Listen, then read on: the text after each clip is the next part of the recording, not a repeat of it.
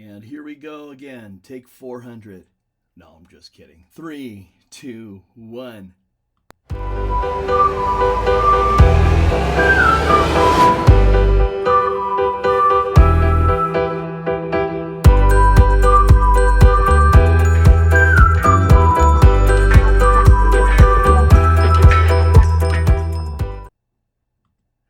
All right, hello everyone. This is Mr. Mike Green again on another article review. Article review number 2. Multi-objective optimization and also multi-criteria decision-making methods for optimizing the design of standalone solar voltaics. Comprehensive review, renewable and sustainable energy reviews, and so here we go. Ridha, Gomes, Hizam, Ahmadipour, Heidari, Chen. I'm hoping I'm saying your names somewhat right. This paper is talking about using, these standalone photovoltaic systems in a way that is optimized using software and some different kind of clever ways to just take into account so many variables. All right, so gives detailed, non-conclusive review of standalone photovoltaic systems. So they're not saying, this is the best thing, this one right here is a better thing when it comes to technology, the photovoltaics, the DC-DC converters, inverters, the specialized MPPT systems. What they're trying to do is say, we're not paid by anyone, and this is just a way to kind of take all of the variables in there, biggest of which, of course, is cost for most people here. And so it takes into account key factors, of course, like solar panel models, battery storage capacities, a myriad of environmental factors. And the study emphasizes various mathematical models used to estimate power generation and how they're used in these standalone photovoltaic systems. Because we have grid tied and then we have these standalone, and it gives me a lot of confidence because they do share all of their formulas, and the authors do say that they've used every article that they could possibly find from 2010 to 2020. And if you look at the references, they're probably pretty close. Okay, so what's the takeaway here? They want efficiency, right? So that's why these guys are all pushing, and we've got one person over here that's got a round ball pushing. It's probably off the screen. Darn, I didn't do this here as well as I could have. Again, custom graphics by me. We're trying to figure out the two strategies to improve efficiency, the MU and this MCDM, and not only numerical, intuitive, and analytical, but the stochastic approaches, which didn't really. It's basically just saying intuitive again, but it's a little bit more into it. It's a cooler term, and each has its pros and cons. So your stochastic methods are offering really high accuracy, but they're going to struggle with large input variables. And if you got tons of variables that you're putting into this, there's some problems here. The authors emphasize and they conclude a need for better battery tech to improve system sustainability. And I think they're kind of alluding to the biggest bang here in that tech is in the standalone photovoltaic realm. There's a need for further research, of course, and we just need more math, more input data, more technologies, and more info on even existing technologies. So, intro to solar power, they give you this, at the time of the article, they stated that, all these cost of diesel electric power generators, when you do the whole lifetime of the system and how much it costs and how efficient it is, that photovoltaics are close enough to consider, the photovoltaics as an alternate to the technology. But they kind of chose the worst you know, fuel generator. There are a lot of better ones out there, and they could have had a more fair comparison of like the best technology, and it would have said, well, you know, it's not as comparable yet, but you know, if you want to save the environment, because the world wants clean energy, and so it wouldn't have mattered if you know, the differences were just a little bigger. And anyway, I just think we need to avoid hyperbole in a lot of these articles, but it's a good article. We have the grid tied systems, and even though this article is focusing on the standalone stuff, it's great because you can see that the standalone stuff, it's the same components, and it's just it's not just tying them into the grid and backflowing some of this energy so that you know, somebody can get a little extra bit of money at the end of the month or not. And if we do have a standalone system that becomes more and more efficient, it informs us on how to perform these more grid tied systems, you know, effectively. It just kind of seems like, you know, if we had these awesome standalone photovoltaics really optimized, using the MOO and the MCDM rank optimized solutions, and it's prioritizing all these objectives, that it'd be easy to just be like, oh, great, let's copy and paste. Let's put these on all the roofs that don't have solar panels right now.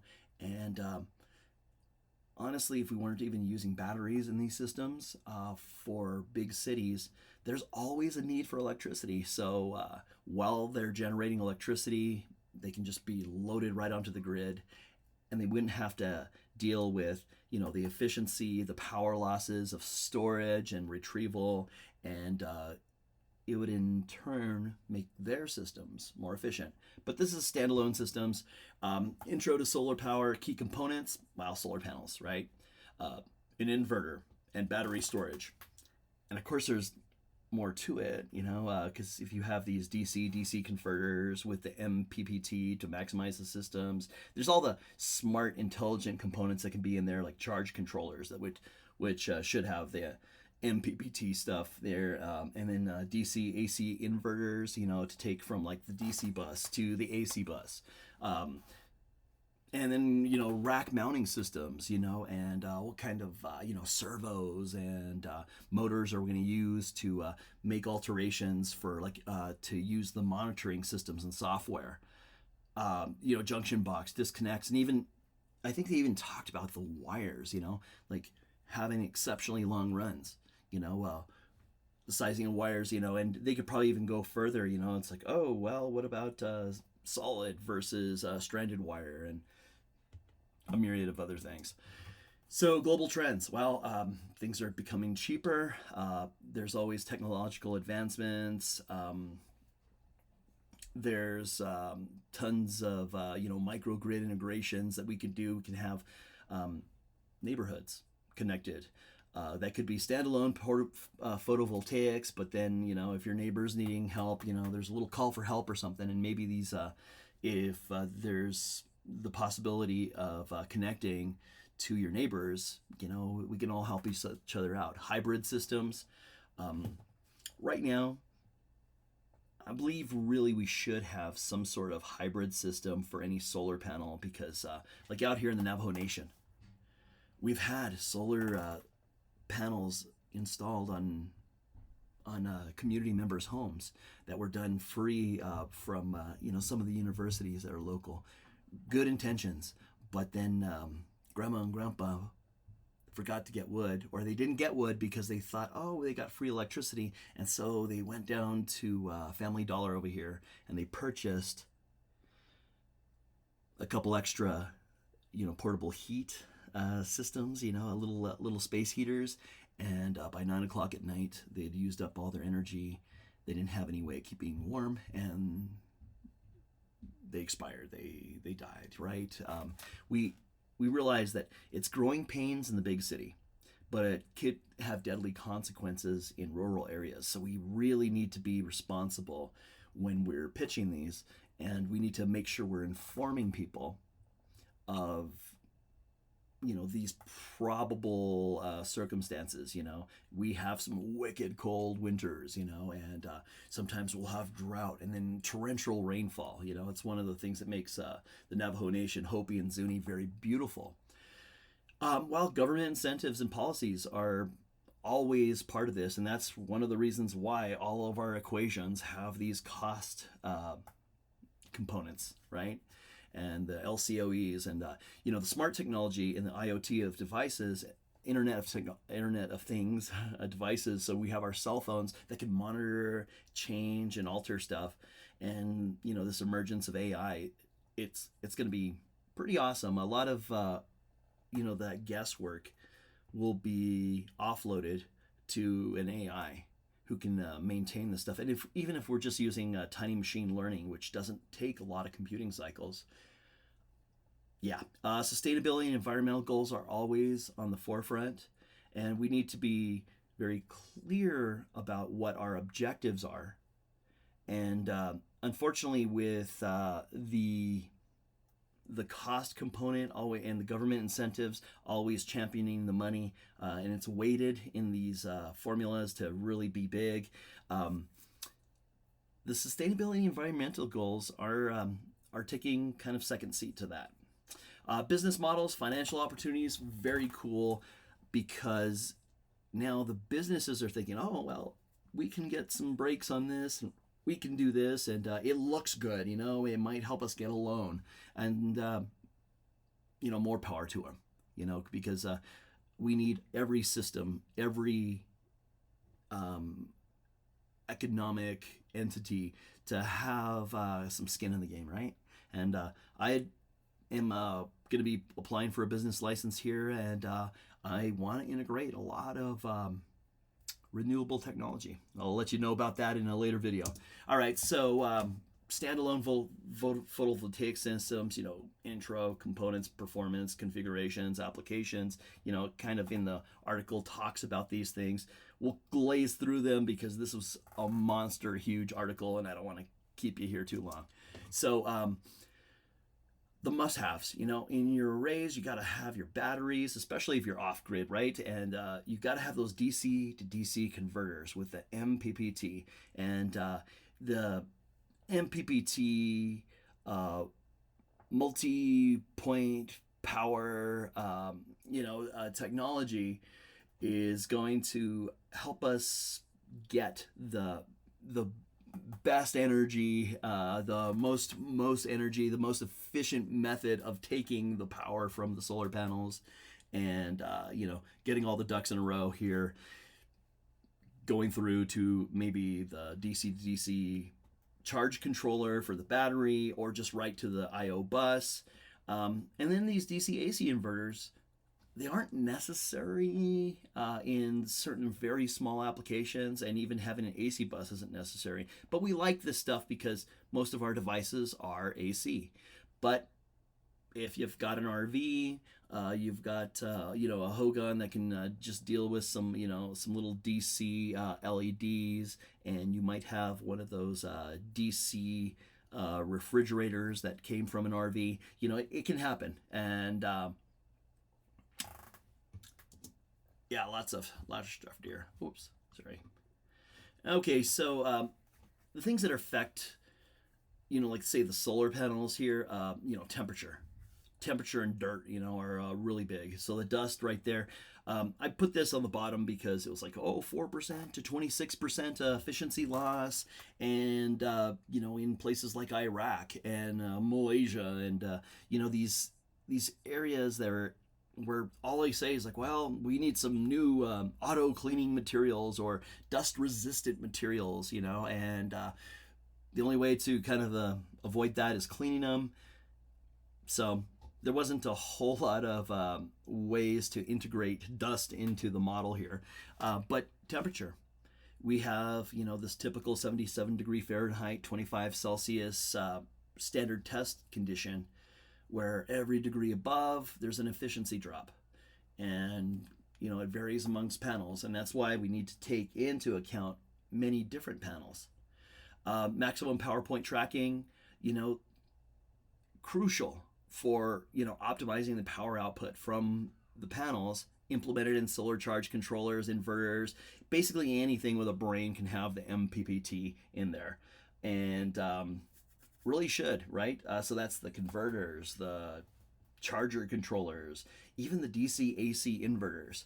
And so then we go on to like storage batteries, and we're like, oh my gosh, wow, there's this new ACM, and then there's the old, bad lead batteries, and then lithium. Oh wow, that's great, right? And you realize the ACM batteries, it's just a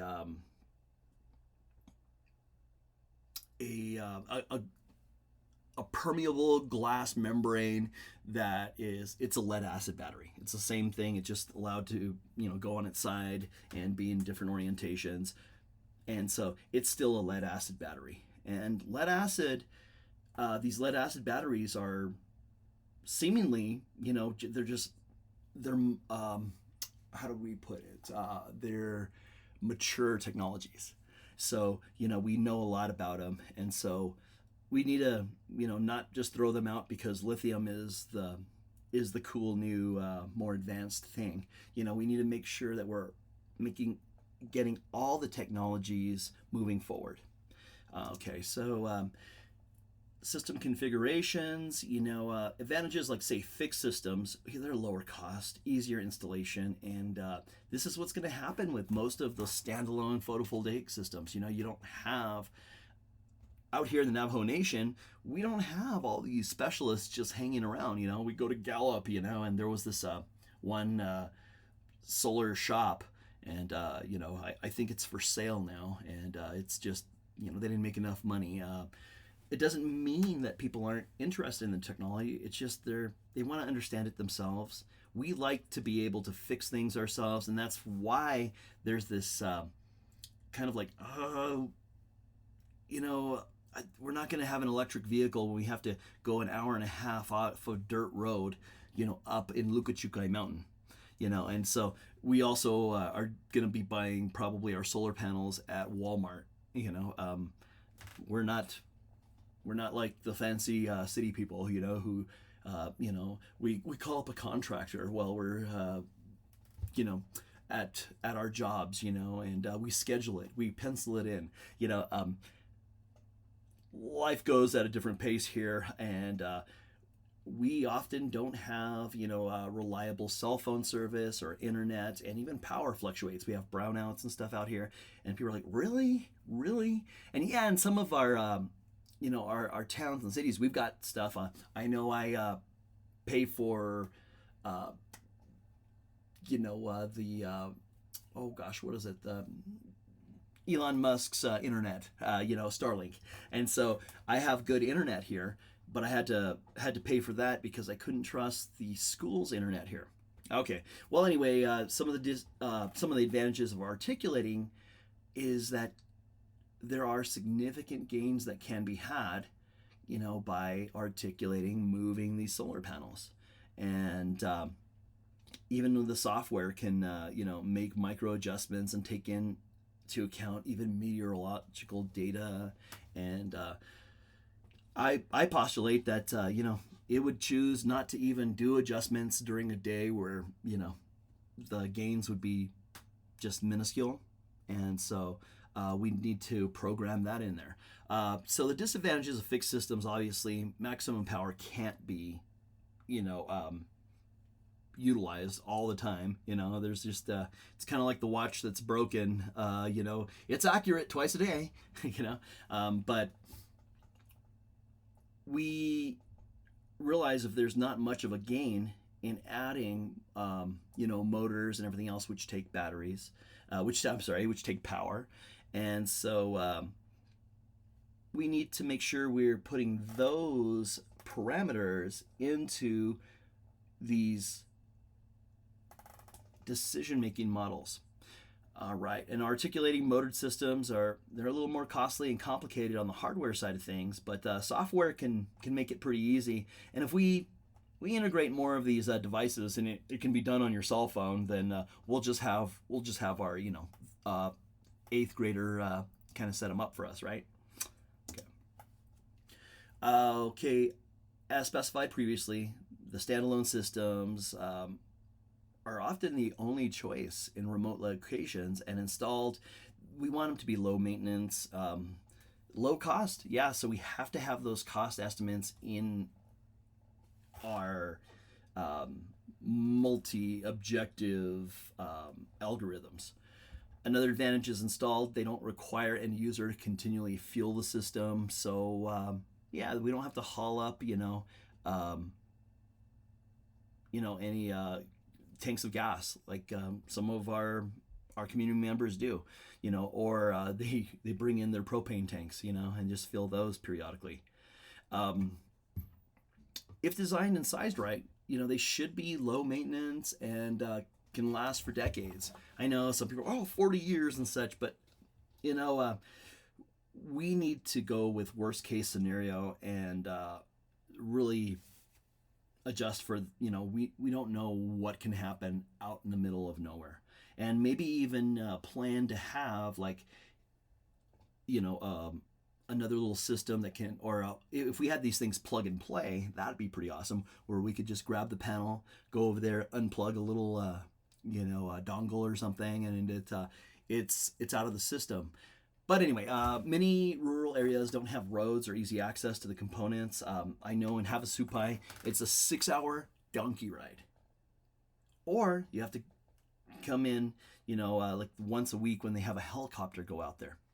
So just kind of knowing what's happening out here. Yeah. Mathematical modeling, solutions and estimates for increasing annual power. Importance of these models, power generation models for specifically standalone systems. Weather dependency, solar irradiance. This is where that math gets a little complicated, and why most of these people that do solar system calculations and installations, they're like, well, we can't really tell you. We're like, well, here's my latitude and longitude. Well, we can't really tell you, because there's a lot of research that goes into it, and these heating degree days, and taking the temperature into account, and they need these multimodal algorithms to give them some quicker estimations. So I think that's where this is really going to pop. Case studies of power estimation off grid. We'll get to that. All right, so importance of mathematical models. Well, mathematical models are not only critical for improving reliability and design of standalone photovoltaic, but it helps us understand where the deficiencies exist. And so we might realize that just having only 3 sets of data for, like, say, inverters or DC-DC converters or something, and it's like, wow, we just, if only that were a little more efficient, or if this were just a little cheaper, we hopefully can identify the components that need to be improved. Accurate models are especially essential to our standalone systems, because we don't want to just, honestly, what we do out here, we're like, okay, we do all the standard calculations, and it says that this many panels will serve us. We're going to try and do double that, just in case, right? And honestly, that's the way we think out here. We're like, okay, we don't want to be not having enough power, because usually when they're designed for a specific purpose, they fall short, and every little bit counts, and we know the shadowing effect. MIT came out and did a little just showing us all these different models, and showing the with a multimeter how much electricity, and the kids were like, wow, this is really cool. And then the lady's like, but I don't understand this, and she'd put her hand over one little corner, and suddenly the energy just dropped on the multimeter. She's like, I don't understand how this is happening. Well, it's this shadowing effect, and it's the way that we wire these things, and what can happen here is if a bird poops in the wrong place, it can really mess up, that system there. And that's why, dirt and debris. And we also have to account for, what if, 20 or 30% of the system goes down somehow. All it takes is a break in one wire, one chipmunk, one squirrel, or one mouse or rat chewing a wire, right?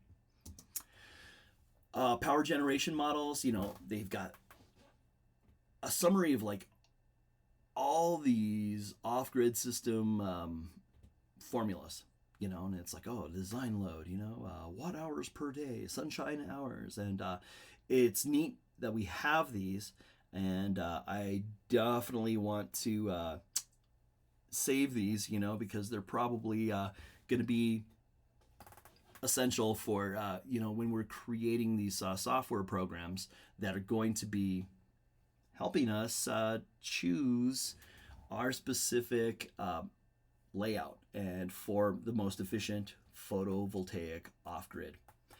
Temperature and irradiance models, integration models, efficiency models, these all need to be run differently with different formulas and different configurations.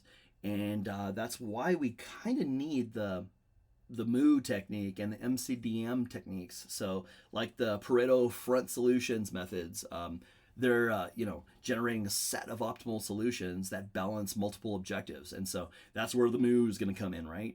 Being able to use the advanced techniques, the NSGA, the MOPSO and the MASA, and they're going to improve the diversity, convergence, and the accuracy of solutions, enabling better system design.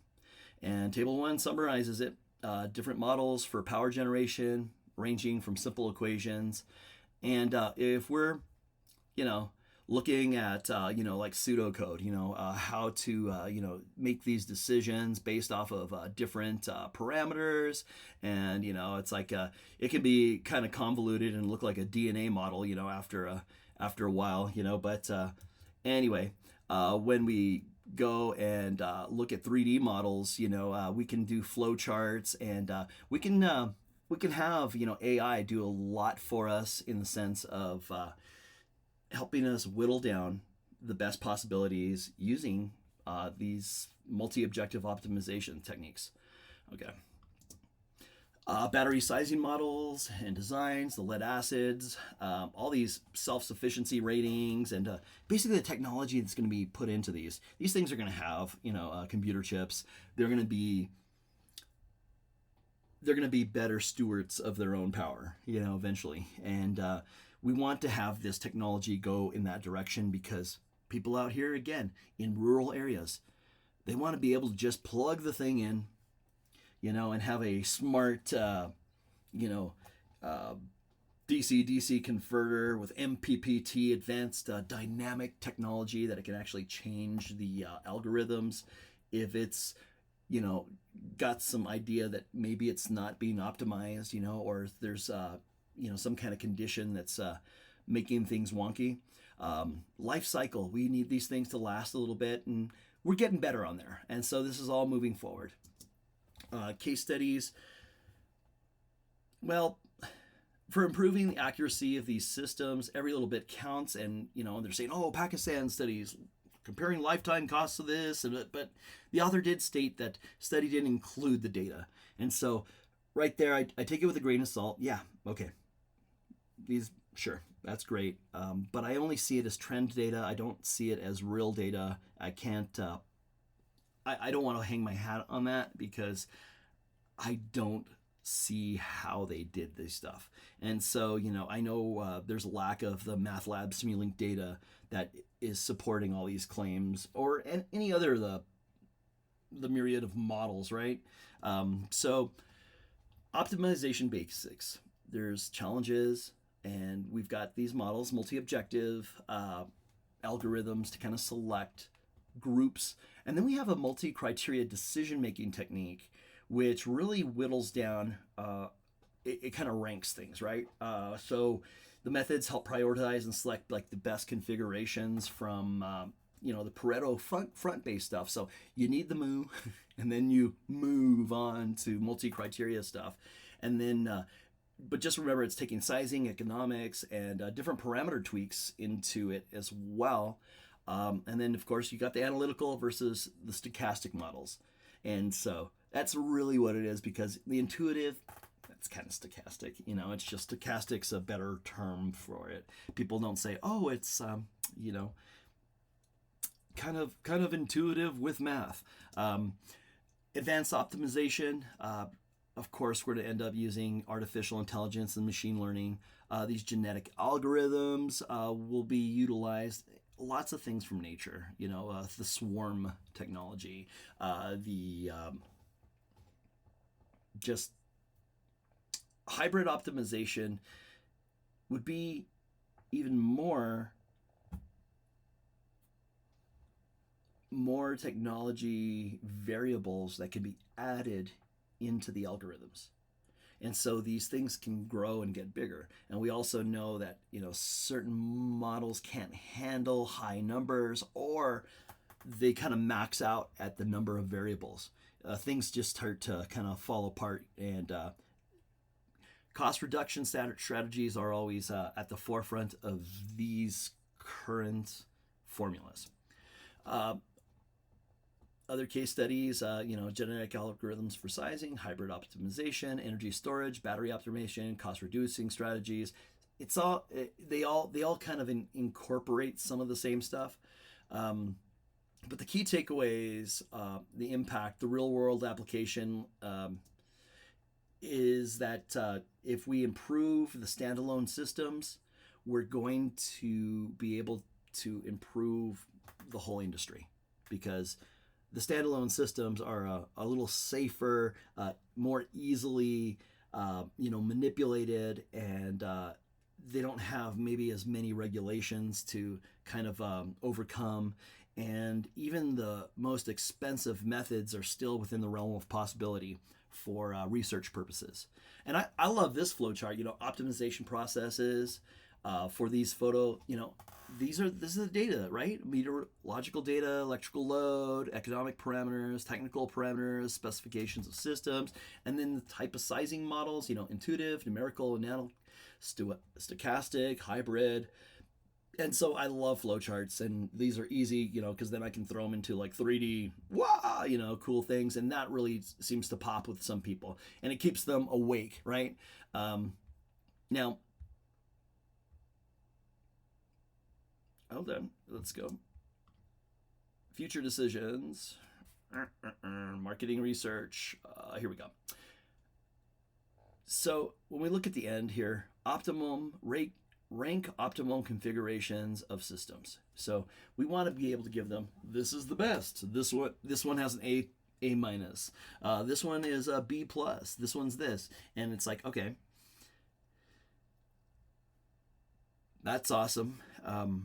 Now, if it's taking into account your locale and also your distance away from, like, say, reputable dealers and Walmart and Home Depot and all these places that we might have to, as the user, install, that's where these models could even include more variables. And it'd be neat for even our solar consultants to be able to show them, like, well, if you're pretty handy and you've got this, we would suggest these slightly more expensive models that can just plug and play, click them together, they're self-adjusting, this, that, and the other.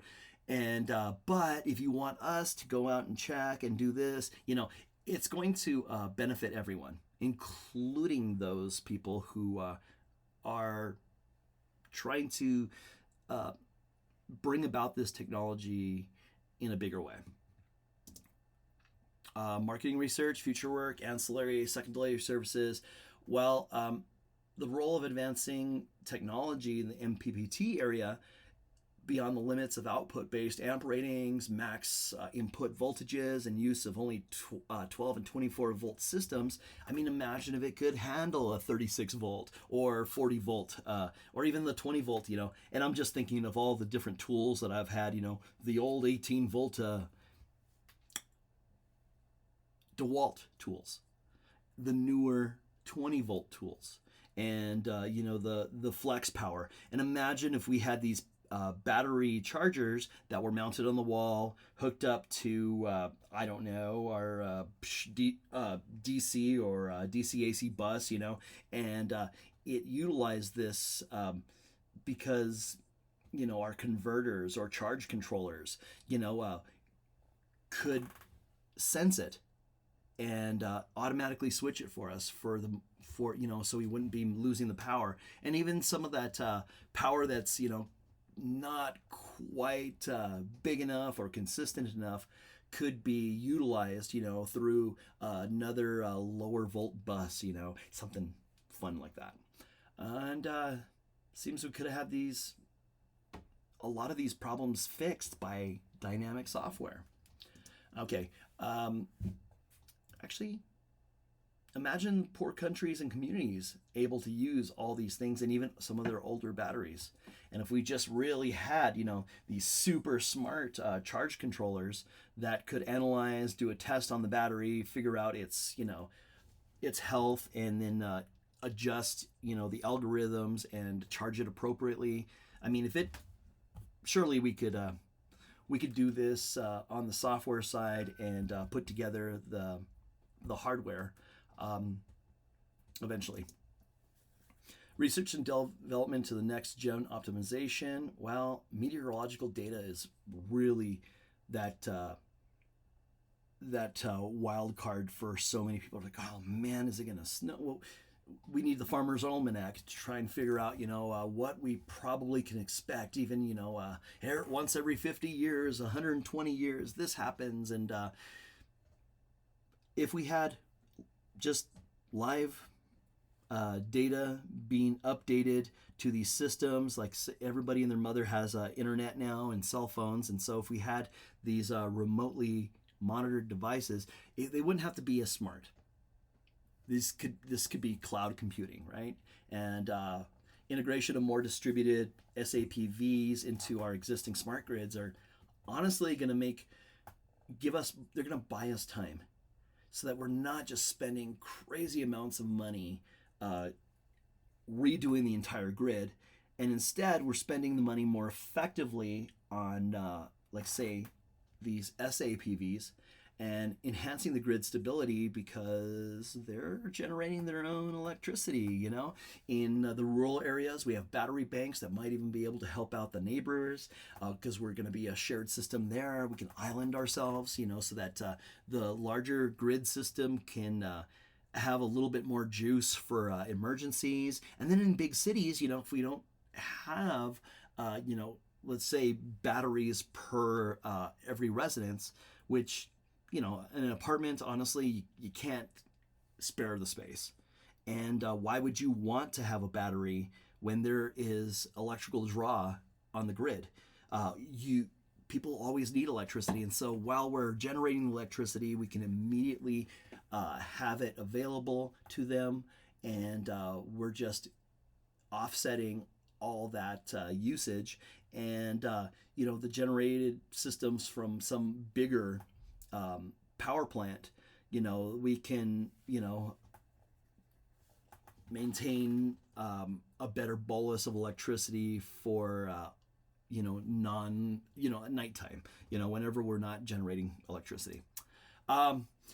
So I always like to say, in physics and statistics, we realize absolutes are trouble. And so, when we're having 85% efficiencies on some of these devices, we're doing a good job. And we just need to make sure that we are monitoring to see that these devices are meeting what their standards are.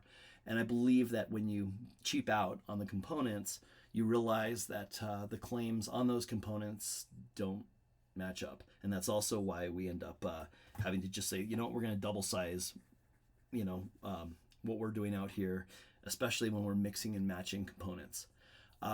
Calculating optimal components. We need help.